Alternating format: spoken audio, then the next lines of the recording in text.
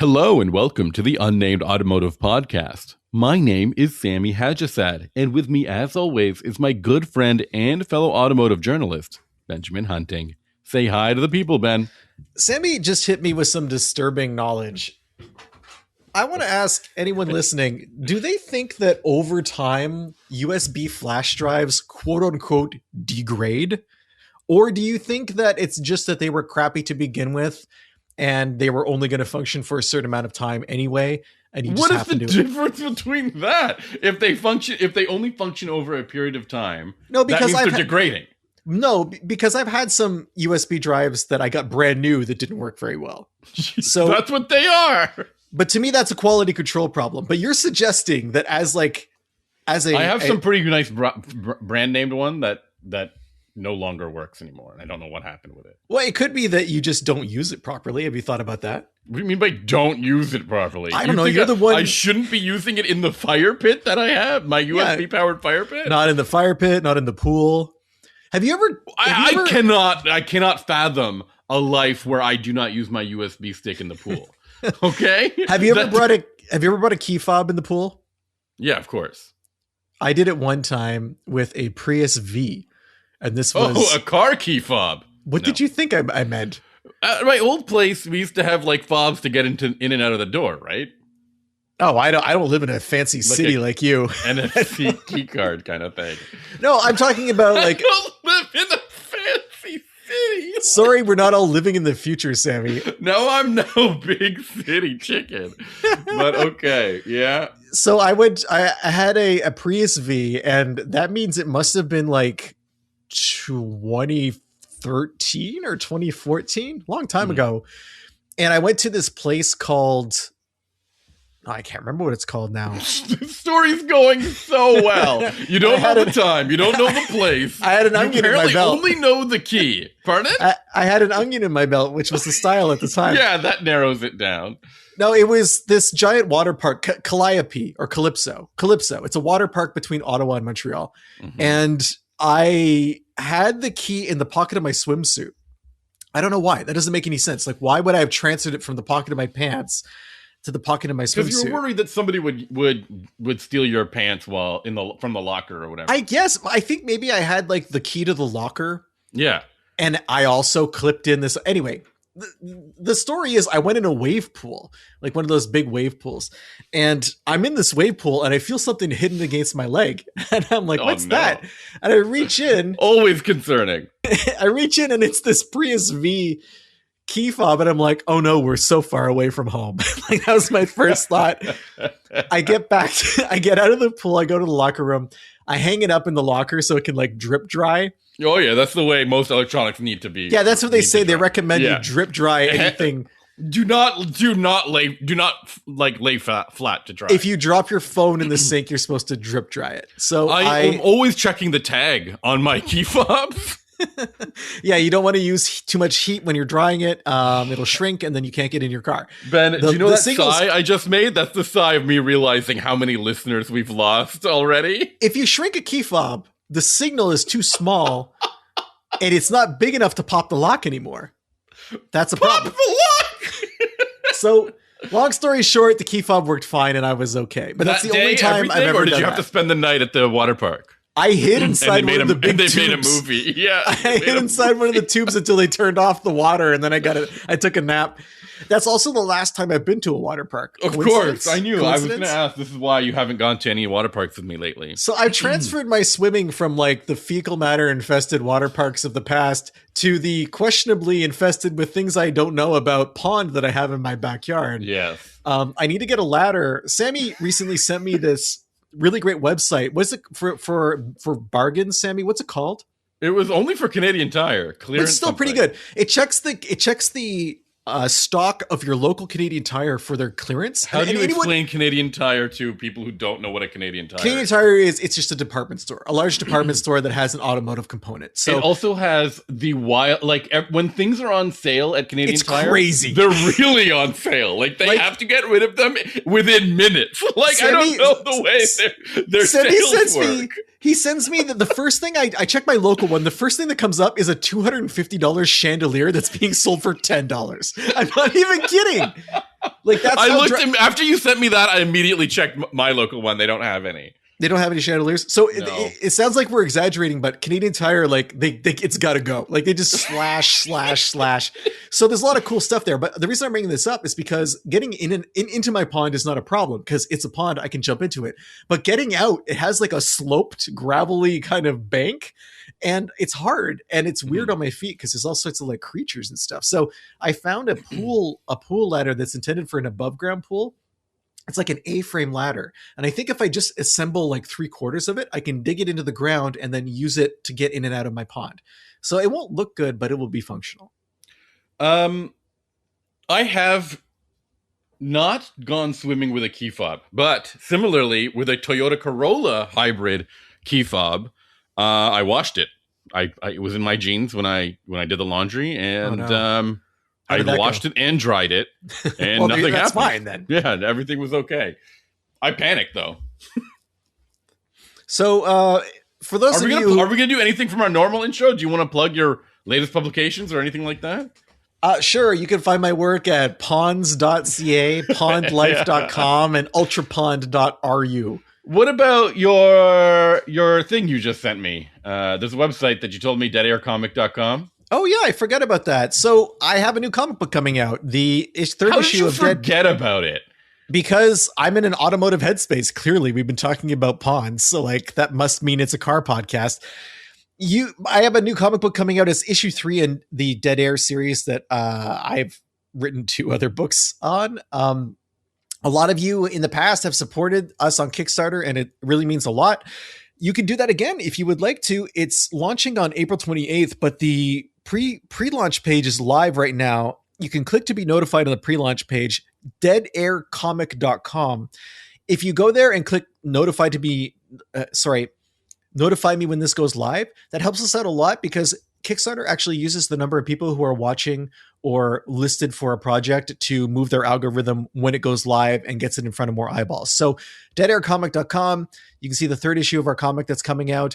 And I'll talk more about it over the coming month as we lead up to it. Okay. I won't bump any of the publications that I've written for because we've already taken up way too much of the intro with conversation about other things. But the people come to this show to listen to reviews mostly of cars, and we've got some cars to review, right, Ben? That's right, including a car that we've never ever talked about on the podcast before. Never ever talked about? We've talked about the electric version, but the electric version is completely different. It's like just the same name, essentially. This is, of course, the Chevrolet Equinox. Of course. Equinox? What else could it be? That's a good question. I don't know. I would say Equinox, but if you want to be fancy in front of your city friends, you could say Equinox, Sammy. I think if it was an EV, it should have been like Equinox. Ooh, wow, you really just killed the levels on the podcast there. I really hurt myself on that. I apologize to everyone who's going to has to buy new headphones. So this is a Chevrolet. You would be able to pick it up at a Chevrolet dealership if you were going to buy one of these based on Ben's review that he's going to provide. Is that I'm supposed to pick that up and run with that? Yeah, of course. So the Equinox is the entry-level SUV for Chevrolet if you need all-wheel drive. Because there's a sub. What happened to the Trailblazer? Is the Trailblazer still available? Is it still available? I'm going to go find out right now. I didn't think it was, but that doesn't necessarily mean I'm right. I'm checking it right now. I'm looking. It's still there. It's still there because it's a little confusing for Chevrolet because there's a Trax, which is the entry level, and that's the subcompact. Yeah, that's more of a hatchback that's been lifted up. Yes. The Trailblazer is the next thing you can buy, which is another subcompact. It's another subcompact, but it's different. Whereas if you no, but philosophically, a Trax is a lifted hatchback. Yeah. A Trailblazer is trying to be a small SUV in the sense that it's chunkier looking. It doesn't drive quite as well as the Trax from what I remember. Okay. But it's supposed to be more rugged. And then you have the Equinox, which is larger than both of those two vehicles. It's a compact. They made an electric version, the Equinox EV, again, totally different platform. If you want to get weirder, you can also get a Blazer, which is kind of mid-size, but also kind of not, because the true mid-size is the Traverse, which is their 3-row option. So no, the Traverse is massive, though. It's a very large 3-row. So I would call the Blazer mid-size for sure. It's confusing because some people would put a Blazer up against, say, a RAV4. No way. That's offside. I don't like that. You think so? Because the size of all these vehicles keeps going up. Yeah, the sizes of these things don't make any sense. In fact, you mentioned to me that you looked at like a website's like definitive ranking of all of the compact crossovers, and they had like 18 of them, including like 3 from a single brand that were definitely like not in the same.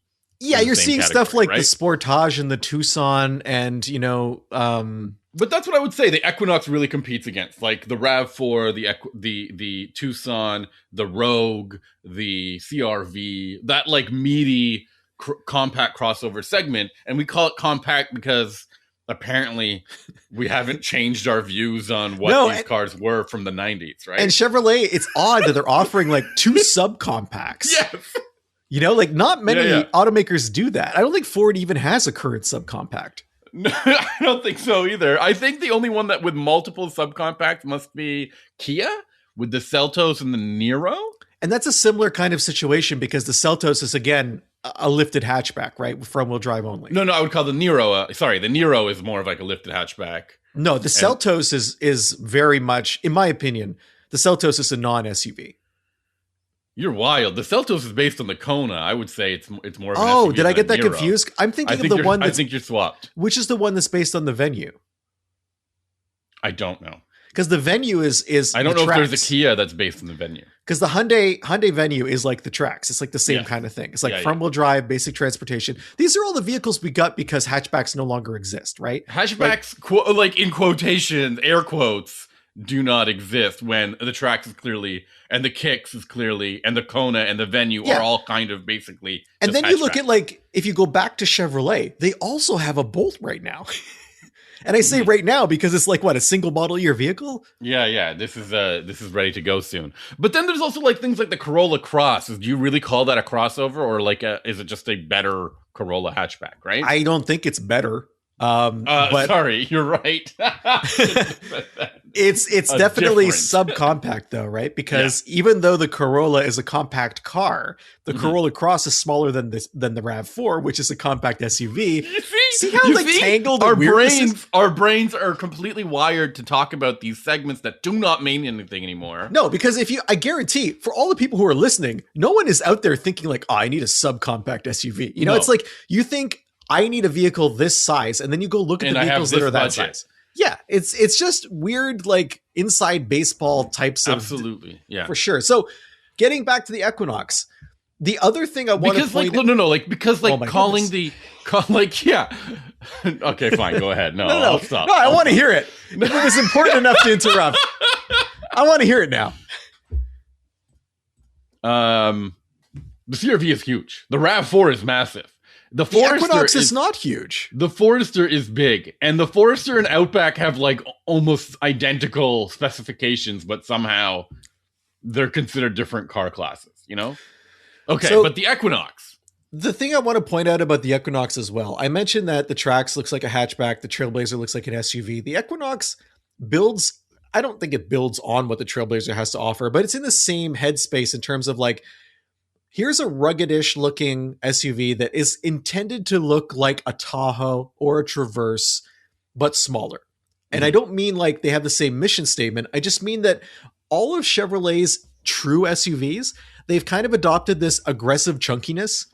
Okay. And the Equinox, it has a lot of that, especially in the front end. But if you look at it in profile, you also see things that are lifted from the same game plan as the Bronco Sport, which I think is interesting because the Equinox makes no attempt to do any off-roading. In fact, if you look at Chevrolet's lineup, there aren't really any off-road SUVs outside of the Tahoe until you look at like maybe the Traverse Z71. I think that's still available. Okay. I don't think there's an off-road version of the Blazer. At least none that I'm familiar with. I'm taking a look at what you can build with the Blazer now. it just doesn't seem to be so it's the same as the Equinox. You have an RS version, which is meant to be sporty. Some of the lower, smaller SUVs, they have an active trim level, which is intended to be like not off-roady, but kind of like you do outdoor sports. Okay. Like you're like, oh, I like to go and take a kayak somewhere or something, but you don't get any actual off-road equipment. So the Equinox, you can get an active version of it, but even if you have the RS, which is what I drove, it still has that chunky look. It still has that Bronco Sport. We can go anywhere we want to go as long as there's a dirt road kind of look to it. You don't really see that on the CRV or the RAV4. The styling is smoother, more aero, and more car-like, I think. I think it works really well for the Equinox. I think it's a good size. I think the proportions make sense. I don't find anything about it to be awkward. And it's also if you look at it in profile, like my first thought is like, oh, this is very generic. I'm looking at it on the website in like a gray color, which doesn't do it any favors. But in person, it comes across much better. And there's a lot going on styling wise. Like it has kind of a floating roofline that maybe it doesn't need. It has a pretty busy front end that maybe it doesn't need. But again, that's what ties it to like the Traverse and the Tahoe and the Suburban and whatnot. They all have that like beak-like big mouth thing going on. Inside, I was impressed by not necessarily the materials quality, because again, this is still an affordable car. It starts at $32,000 for an all-wheel drive one, $30,000 for front-wheel drive. It tops out, and that's in US dollars. It tops out around $38,000.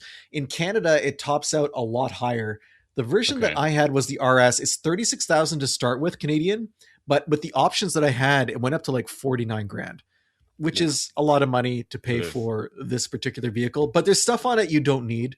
Like the giant panoramic sunroof is $2,000. It has some questionable safety gear, and I don't mean questionable in the sense that it didn't work, but just questionable as I don't think I need like rear pedestrian alert or an HD surround camera. It's just not really necessary. Okay.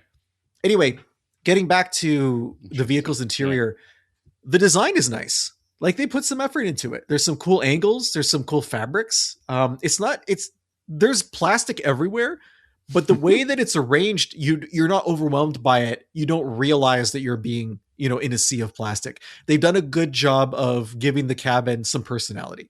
And that's not a given when you're at this kind of this level.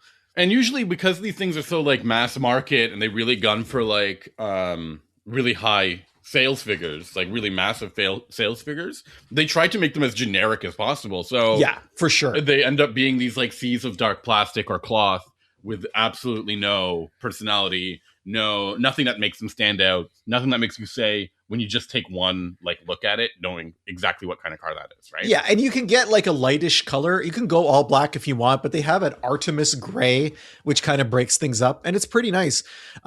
The infotainment screen, it's got a decent bezel around it. It's not just a tablet that's plunked on the dash, but underneath there's buttons for climate control, actual dials and buttons, so I could use it with my gloves on. The only weird thing that I would say didn't need to be in this cabin is there's a big drive button on the center console, and it's strange because button or a knob. Like where are we here? It's like a knob. It's like an iDrive controller. No, it's not that big, but it's on the center console next to the cup holders. And the drive modes for this vehicle are pretty much like, I think it was just like snow and off-road and normal. Mm-hmm. So there's no sport mode, which I appreciate because this is not a sporty vehicle. Let's not pretend. But you're not going to need to access these like on the fly. It's not something where you're going to be like, oh, I'm glad this knob is here. Let me give it a twist and get out of danger. I would have rather have had more storage on the console and gotten rid of that knob. Okay, that's fair. I think that's an appropriate.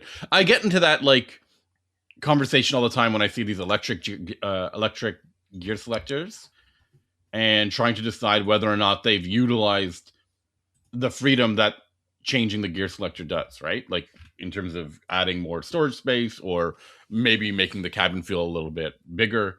You're saying that they didn't just move things for the sake of moving them. Which is so many automakers just do that. Like, we turned all of the all of the gears into buttons that you have to select. And you're welcome. Yeah, it's awful, right?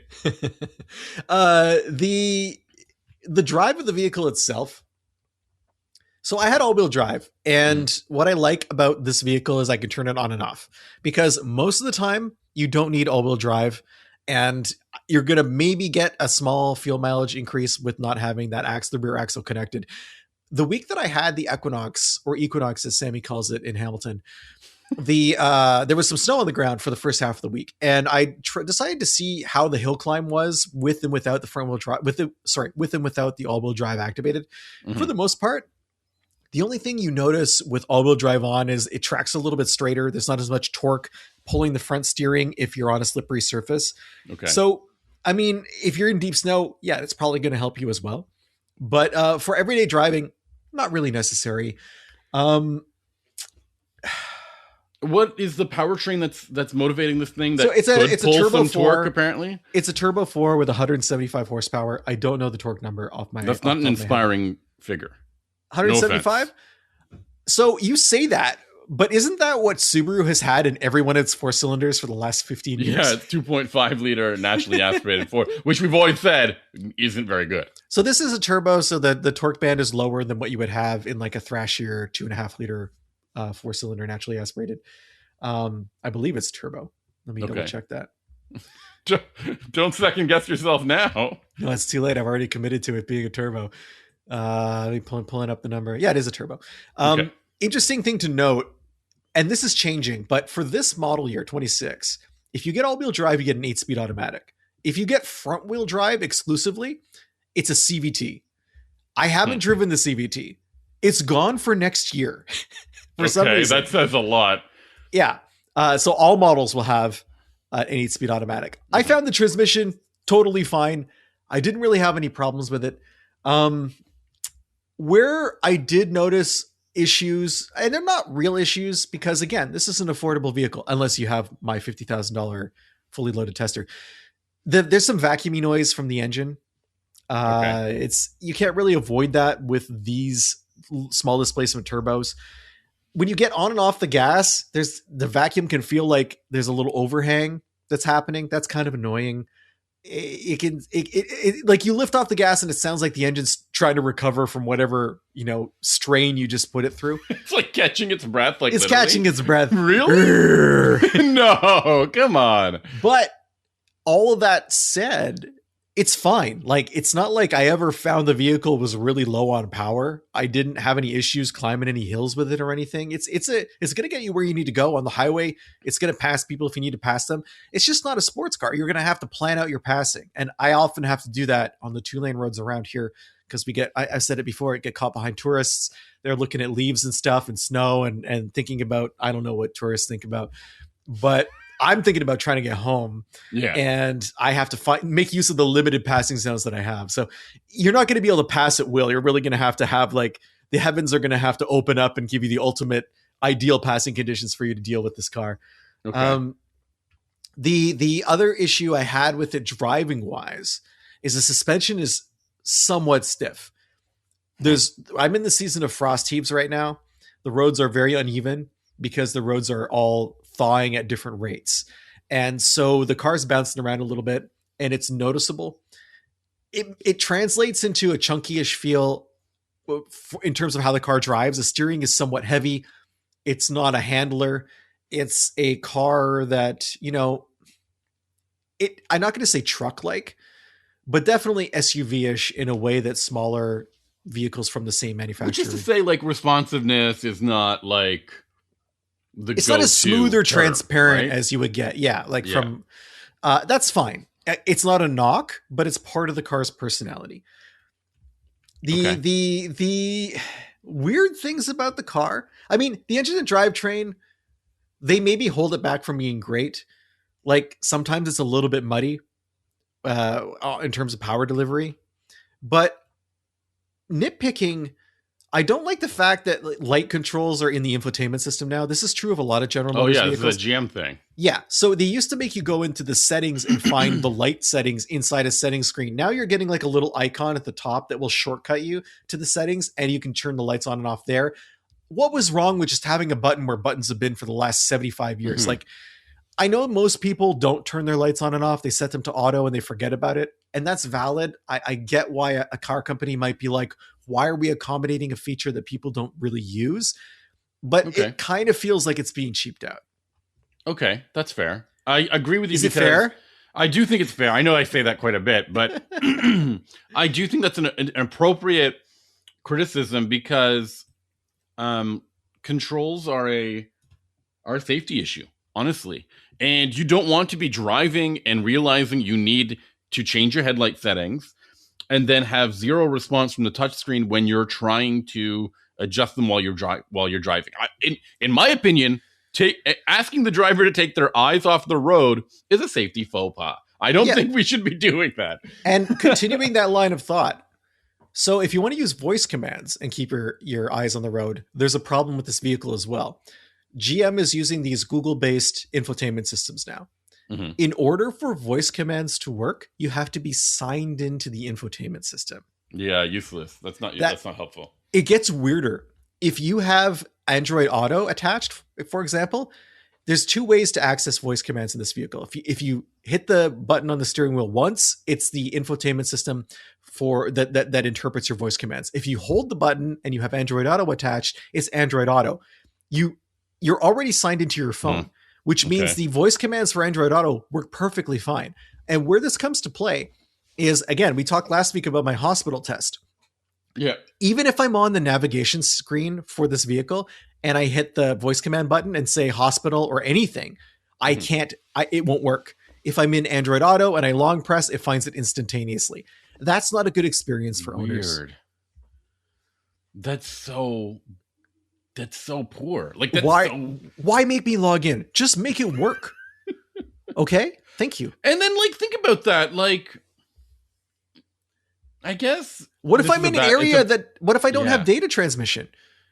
I think about that a lot. Yeah. Basically, these cars are offloading processing to a server now for voice commands. So in the past, it would be the car that was interpreting it. And maybe it had a limited vocabulary, but at least it worked. Now, like, if I'm driving somewhere and I'm like far from home, AKA a situation where I would probably need to use navigation, and if I'm in an isolated area, I can't use voice commands, period. It's just not going to work. Yeah. Okay, not great. What else you got with this car? That's pretty much it. I like Space, cargo, what's the story? Rear seat's good. Rear seat has a surprising amount of room. The cargo area is also perfectly fine. No issues there. The load floor is at a good level as well, so it's easy to get things in and out. I think that this is a decent vehicle for people, even for people who do need a back seat, which isn't always true for small SUVs. But it's not really a standout in any area. This is one of those trucks that you get if you like the styling. You know what I mean? Like, because at this point, if you're in kind of the middle of the compact SUV world, and you're not like looking to buy the absolute best one and you want to avoid the worst one, you end up with like 5 to 8 options that are all going to be roughly the same. And they'll have one thing that's better than the other thing in comparison, but not one thing that stands out above the whole pack. Right. And I kind of feel like that's where the Equinox sits. And at that point, if you decide to buy this, it's because you like something about it specifically. You drove it. It was for you. You liked how it looked, or you liked how the controls felt, or how the infotainment system worked, all of that stuff. You need to drive this before you make the choice. And as I always say to people, drive as many of the vehicles at your price point as you can, because that's really important for figuring out which is a good brand for you and which one kind of misses the mark. I really love your point of view here. Personally, it's really difficult for, I think, the average automotive journalist to determine exactly which car is the best, because that really does matter on who's buying it, what their needs are for each segment. And the compact crossover segment is so, like we said, there's probably like around 20 cars that could be classified as a compact crossover. And there's a bunch of them that are just really these like high volume vehicles that have zero personality. And there's a lot of buyers out there who actually might care about personality and individuality in their compact crossover. I know that probably sounds crazy to somebody who's in the automotive industry, but there's cars that have, we so many cars are sort of like can be seen as an outward expression of the driver. Yeah, their personality projections, their emotional decisions. You're spending a lot of money, and what does the CRV say about that, right? Yeah. Yeah. So there's a lot of, that's why I really do typically commend automakers in this segment in particular that try to do something different, be it in terms of interior or exterior design, powertrain, or technology. Did this Equinox come with Super Cruise? No, it doesn't. No.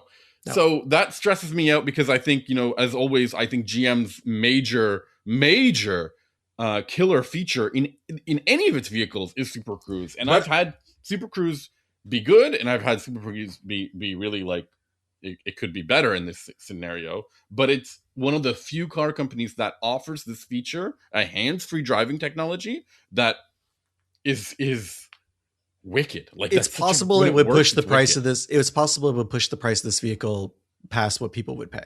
It's already at 49, right? It's at 49 if you load it up. I mean, the version that I drove, which is the top tier vehicle, it starts at 36. Mm-hmm. So, and that's Canadian. Yeah. Oh, okay. So like in the US, this is still a vehicle that starts at like, right around 33, 34. Okay. Depending on if you want all-wheel drive or front-wheel drive. That's the determining factor for the lower base price. Actually, it starts at 31 in front-wheel drive. But yes. Well, you can get Super Cruise in the Bolt, I think. But the Bolt, I believe, was being used as a prove it to me kind of thing, where they're like, we can build this small electric car that has all these cool features. With the Equinox, it's not like that. I think that GM looks at the Equinox and says, none of its rivals has anything like this. We don't need to blow them out of the water. We just need to build something that's good. So, and then this like catches me off guard in this segment because, the RAV4, I think the new RAV4 comes with a hybrid only powertrain. I think that's the case. I'm not super confident on that right now, but I think that's the case. The CRV offers two hybrid now I think they have more than two trims, but they also offer a hybrid powertrain. Tucson comes with a hybrid powertrain, and so does the Kia version, the Sportage. I think the Nissan Rogue is going to come with a hybrid. I'm not sure what I read about that recently. I think I got a press release for it that I did not read. Is it weird to me that I hope that an Equinox comes with a more efficient powertrain in the future, or at least an upgraded powertrain, because that 175 horsepower doesn't sound super great to me. I actually wrote a whole story this week about automakers that have like done course corrections or reversals, and a lot of the American automakers are on that list because so many have recently announced that they're reconsidering their no hybrid policies. Well, they went all in on EVs, and then they got screwed by government policy, and now they're going to try to go back to hybrids. I mean, GM used to offer hybrids. You could buy like a hybrid sedans from them. It wasn't Malibu. Yeah, I think so. I think it was the Malibu. Yep. And it wasn't great. Let me be clear. It wasn't. They offered hybrid pickup trucks that had like 25% better fuel mileage around town. That was better. Ford offered some really great hybrids. Escape is a hybrid. What's the other one called? The truck Maverick. And I think F-150 can come with a hybrid too. Yes. It's just their lack of cars that catches me off guard, right? Actually, I read recently that they're thinking first of all, both GM and Ford are going back on their word and are going to make hybrids. GM in particular says they want to make a plug-in hybrid, which would be the first time we've seen a plug-in hybrid from them since 2019. And I think that was a Cadillac. Other than the Volt, of course. What was the plug-in hybrid Cadillac? I think there was a CT6 PHEV, wasn't there? Whoa, I don't have any memory of that. I'm not saying it's not true. CT6 PHEV. I mean, there was an Escalade hybrid for a long time. Do you remember that? But not a plug-in hybrid. With a 6-liter V8? Yeah, that was useless. And then I read that that Ford is looking into bringing in another sedan, an under $40,000 sedan with a hybrid powertrain. Well, if you think about it, that the only space Ford hasn't filled in their showroom is like anything affordable and anything that's not anything that's a car. You're so mean. We have talked about that stupid truck so much, that Maverick. Sorry, I shouldn't call it stupid. I only call it stupid because I think it gets so much publicity for being an affordable, like mainstream. Yeah, affordable in the sense that its price increased by $7,000 in the first 3 years of its existence. Yes, that's like a 34% increase in price. If any car went up a third of its price, that's pretty nuts. That's crazy. Yes. Sorry, we shouldn't deviate too much. Although I do love this topic about. And shout out to the F-150 Hybrid. It's a really good vehicle. Yeah. So I mean, I'll be clear. I was thinking about this because I think it's so. We get a lot of new cars and new technologies and new features all the time. And I think a lot of people out there just immediately default to like new car bad kind of thing. And I actually think it's cool to talk to you about the Equinox because the Equinox doesn't get a lot of publicity. It doesn't have the coolest features or technologies, but it hits a couple of really good points, being spacious and relatively affordable, depending on the price point or the trim level. And it looks kind of cool. So it starts to like add up in these right ways. But again, it doesn't add up to anything impressive. It adds up to something that's decent.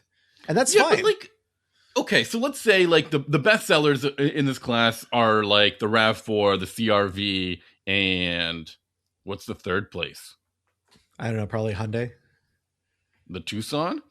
Then there's like a bunch of like, you can also consider these like Escape, Bronco Sport, CX5, CX50 are up there too. CX5, I would put this up against the Bronco Sport. I think that's a pretty good comparison. Not every version of the Bronco Sport, because I think there are some that outclass it, but just in general, I think it's a good competitor. I also want to say that going back to my North American car companies don't make hybrids, Chrysler actually makes, or has until this year, they had the Pacifica, right? Which was really good. That's a great plug-in hybrid. That was a great van. Doesn't exist anymore. And the Hornet, shout out to the Hornet. Does not exist anymore. Plug-in hybrids do not happen in there. Yeah. But they were there. They did exist at one point. I want to talk to you about hybrids because I'm driving a Hyundai Sonata Hybrid. This is two classes of things that we've seen kind of like slowly disappear, which is a hybrid powertrain, as we just talked about, and or it is kind of rare, and a sedan, a mid-sized sedan. Well, to be fair though, in the mid-sized sedan world, the leaders have stuck it out. Yes. Right? The Honda and Toyota, the Camry and the Accord have both been around they have gone what is the word I'm looking for? Continuously? I don't know. While the competition has reeled from this segment. And I'm actually, I will be clear about this. I think the loss of the Fusion in this segment was really sad. Like I actually didn't mind the Fusion. It was okay. Dude, shout out to the Fusion Sport, 350 horsepower, turbocharged V6, all-wheel drive. That was a really cool car. I mean, it wasn't an amazing car, but like the fact that those statistics were real and you could buy them in a Ford dealership, that's pretty awesome. And in addition to that, like plug-in hybrid, the Energy, remember that? The Energy, yeah. Now there was this whole like I think there was some controversy about their mileage claims or their fuel economy claims. But it was okay. Man, I didn't mind it. I remember it having a massive trunk. I remember it feeling really like spacious, and it had some decent technology for the time. So it's always so fun for me to go back into these cars, this midsize sedan segment, and think about all of the competition that they had. And now it's been like really scaled back, contracted into these like few cars. And each one of them has to try to stand out among the rest of them. It's like the minivan segment, right? Like when you go into the minivan, when you need to buy a minivan, you kind of have like definitive touch points as to what you want from each one. Like if I want the most space or the most fuel efficiency or a plug-in hybrid, if you know you're in the right model year hunting for that, you know which one to get. You know whether or not you want a Sierra or a Pacifica or an Odyssey or a Carnival, right? And I think the most difficult thing about the mid-size sedan segment is that it's really well served. I think both the Accord and the Camry nail it. They really are super competitive. They come with really good powertrains. They come with lots of interior space. And especially in the hybrid segment where you can get those in multiple trim levels. But the thing is, Sammy, there's some people who will never buy a Toyota or never buy a Honda. And will they consider a Hyundai? I think so. I mean, what choice do you have at that point? So what? Like, you can also buy like a Malibu, right? Isn't there like a Malibu lurking around? No way. Don't talk to me like that. There's still a Malibu on sale? I'm going to find you a Malibu right now. There's no way. First of all, when I look at the vehicles like list of at Chevrolet, it goes trucks, electric, SUV, and Corvette. There's not even car there. Okay, you know what I mean? It was available in 2025 in 3 trim levels. You could get an LS, RS, and LT versions of the Malibu. Okay. So last year you could buy a Malibu. And I think there might be an Altima still. Oh, that's a really good point. How do we forget the Altima? I didn't forget it. I was just saying I think there is. Yeah, it's still there. Right. Yeah, so there's the Altima is still holding on. Are there any others that have escaped our attention? So what is the point is though? Does the Kia still make a K6 or whatever it was called? I think it was called the K5. K5? I don't think so. Okay. I'm gonna try. Shout out to the Optima. Used to be called the Optima. Yeah. The problem is I keep trying to go to the Kia website, but it keeps bumping me to another region. You have to type Kia US into it's really annoying. It didn't work for me. It just like gave me a 404 or whatever. Now you're at Kia Singapore and all the names. Yeah. Anyways, I can't find K5, K6, K5. I can't remember what it's called, but I can find Altima. What I'm trying to say is the Sonata.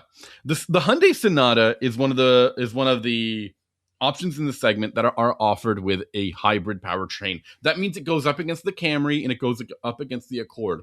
2 very good cars, like extremely good cars. Those vehicles both offer really good fuel efficiency and really good performance. The thing is, they don't really offer good styling. Isn't that right? Well, the styling's not bad, but it's not really standout. And that's where Hyundai really excels. I think they've made a really good, what's the word I'm looking for? They've really changed the conversation about Hyundai over the past, I will say, 6 years? Maybe even more? They're definitely a design-first company. Now, they are now, exactly. They used to be more value-oriented, right? I need to add a caveat to this. So recently, this week was the New York Auto Show, and Hyundai brought a concept vehicle that they said isn't destined for production. It's supposed to show the platform that they're going to be building a body on frame pickup truck on, but instead of bringing the pickup, they brought an SUV on that same platform. It looks exactly like a Bronco. It is extremely a derivative design. I don't know how they could blow it so poorly. It's the least interesting Hyundai design I've seen in 10 years. Mm-hmm. And I had been having conversations as recently as last week about how Hyundai design with colleagues, about Hyundai design killing it, just like coming up with these amazing looking vehicles. And then we end up with something like that. And I don't know if it's a limitation of the idea of, okay, here's a body on frame vehicle. It has to look this way, but it's disappointing. It has to fit these proportions with the new platform. Yeah. No, thank you. Yeah. No, thank you. Yeah, it is really a derivative design. I looked at it and I said, that looks like a Bronco concept. Like it looks like a Bronco concept from the 2000s. Yeah. Well, that's because it's all silver, LED, like overly LED lit. Too many angles. Yes.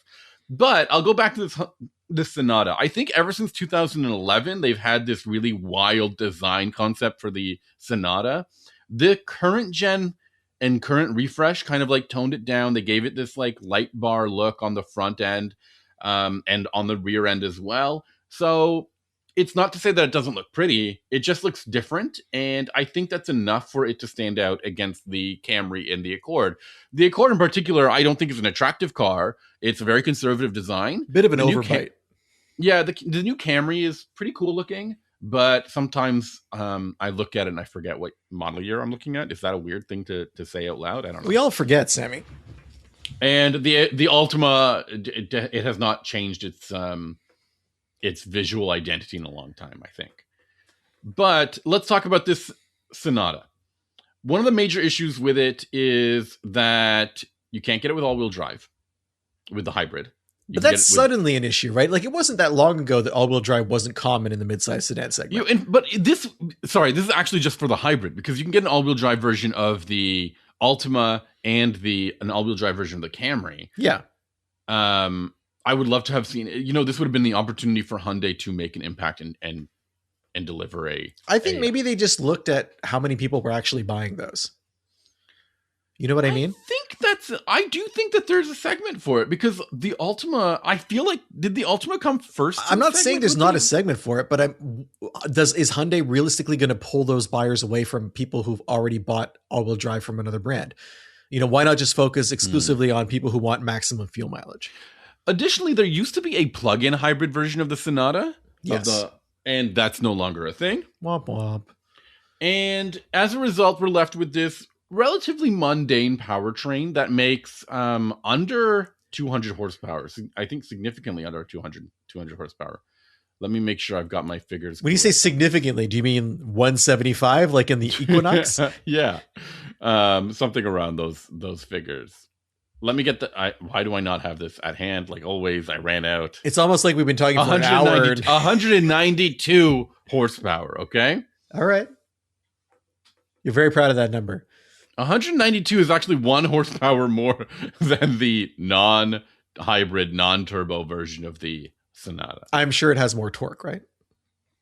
The hybrid? Yeah, because it has the electric motor. I'm looking at it right now. But more to the point, I want to know how it drives. It doesn't even tell me. I don't care so much about the numbers, because realistically, hybrid numbers can be a little bit of voodoo. It's more about how it drives and how the power delivery arrives and if it's acceptable. It's acceptable. That's the right way to put it. It's not exciting. It's not it doesn't stand out to me with how quickly or how lazily it is at either turning on the gas motor or turning it off. It's okay. I'm really struggling to find a way to make it feel like this is high end, because I think other hybrids that we've had can really feel like they only turn on the gas motor when it's absolutely necessary. If you're going to drive slow, you're going to at least, not use up a lot of gas. So I don't feel that happening here. I do think that the gas motor is predictable in terms of when it turns on and when it shuts off. It features a 6-speed automatic transmission, which I've had some strange, misfires, I guess, on the transmission changing or either getting into gear, especially at lower speeds around the city, where I think hybrids tend to be at their best. I just didn't feel it being super smooth. And do you think that Hyundai just brought their old hybrid system and put it into the new platform? Yeah, I do. I think there's nothing really modern about this powertrain, which is probably the worst thing I can say about it. But at the same time, I will add a few more positive things here, because I think it looks pretty sharp. I think the interior design is pretty good too. I think the feature availability is strong. I've got everything there's very little in this car that I was looking for. I have a range, something that in America, it's a split between the mid trim and high trim version of this car, the Canadian model that I have, in that it's missing just, I think, sunshades and a wireless phone charger on my trim level. Okay. But otherwise it's pretty solid in terms of feature availability. And it doesn't have wireless Android Auto, which caught me off guard. But we've talked about the advantages of both wireless charging and wireless Android Auto on previous episodes. I do find them to be very useful to me, but you've said that sometimes it just overheats your phone and messes things up. I think that this car is really spacious in the cabin. It has a pretty nice split between the front and rear spaces, and so that I can have a rear-facing car seat in the rear passenger seat. Is your son able to hit you with his shoe from the back seat? I have had to remove his shoes during the wet weather because I don't want him putting footprints all over the leather seats. Okay, Mr. Fancy once again. So I've really living in the city with his leather seats. I have really had to tone that down. But you know what? Yeah, I think he could. I still think his backhand throwing that he does from that rear-facing car seat is really impressive. But at the same time, I have been able to keep, a decent space between the seat back, the front passenger seat back, and the rear facing seat. So they're not touching each other, which is usually recommended for car seat installation, that they shouldn't be touching. And that front passenger is not really impacted negatively in terms of legroom, which is really rare. Especially when you're looking at compact crossovers like the Equinox that you're talking about. So many times I get into one of these cars and I have to move that front seat quite a lot, and that driver's knees are touching the dashboard, and it's really uncomfortable. So I found that the interior space of these things can be actually really surprising. I will also add that it is relatively easy to get used to. In terms of driving it, it has good steering speed, good steering ratio, and it has really decent features and technology. So I found it to be not high tech, overly ambitious in terms of technology, but pretty balanced in terms of how it approaches the driver and technology and features. So is this a car you would recommend? Like, there's only 4 cars in this space, right? Yeah, if design is important to you, if the exterior design of this car really stands out to you, the other options will not do. They just won't work. That's the first thing that makes the Hyundai Sonata worth buying. Is that enough to overcome the kind of you weren't so happy with the drivetrain? I think there's more performance and more efficiency found on the Camry and Accord. The pricing on this car starts at $29,000 in the US and ranges all the way to $38,000. While in Canada, there's just one trim level of this car. Wow. And it is the mid trim, and it starts at around $40,000. So I don't think that's it's a better price than the entry level all-wheel drive version of the Sonata. So it just depends on whether or not you want all-wheel drive. In Canada, you either choose between having an all-wheel drive Sonata or a hybrid Sonata. Like, the pricing is $100 difference, and that's your choice basically. And I think I would take the hybrid over the all-wheel drive here, because I think the potential for better fuel efficiency is worth it. Is there anything else you want to say about the Hyundai Sonata Hybrid? I want more sedans. I want them. I want to see more of them. What do you want about them? What do you want about them? Is it the fact they drive so much better than SUVs? Yeah, and I actually found somebody who has to chuck a kid into a car seat or put a stroller into the trunk, not having a large like that carrying, like not having to pick them up and pick them up this high and put them into the car over here is surprising. It over the week of testing this car, I'm like, hey, actually my back doesn't hurt that much, because I don't have to this less distance to carry him. Just give it time. Time comes for us all. That's true. I think that's it. I think that's all I want to talk about. So I want more sedans. I'm glad to hear that some automakers are reconsidering their no sedan policy, but it'll be interesting to see how long it takes to get them. So if you want to talk about something with us that is sedan related or not sedan related, or talk about your back pain, there's a lot of ways you can do that. Reach out to us. Or your key fobs. Or your key fob. If you have a key fob loss story, that would be interesting as well. You can get to us on unnamedautomotivepodcast.com. You fill out the form. There's a contact form there, and click submit, and it ends up in our inbox. Or you can email us the old-fashioned way, benjamin@benjaminhunting.com. You can also find us on social media. We're usually on Instagram. I'm at Sami_ha, like you're laughing, and Ben is at Hunting Benjamin. What are we gonna talk about next week, Sami? I don't actually have anything booked next week. I'm gonna see if I can get on that sometime soon. But what do you got? What do you have? I'm going to be continuing this deep dive into the world of Chevrolet crossovers and SUVs with a take on the Chevrolet Trax, which is a vehicle that we historically have liked a lot on the podcast, but time has gone by, and is it going to hold up? That's a great teaser. We'll see you next week. Bye, everybody. Bye-bye.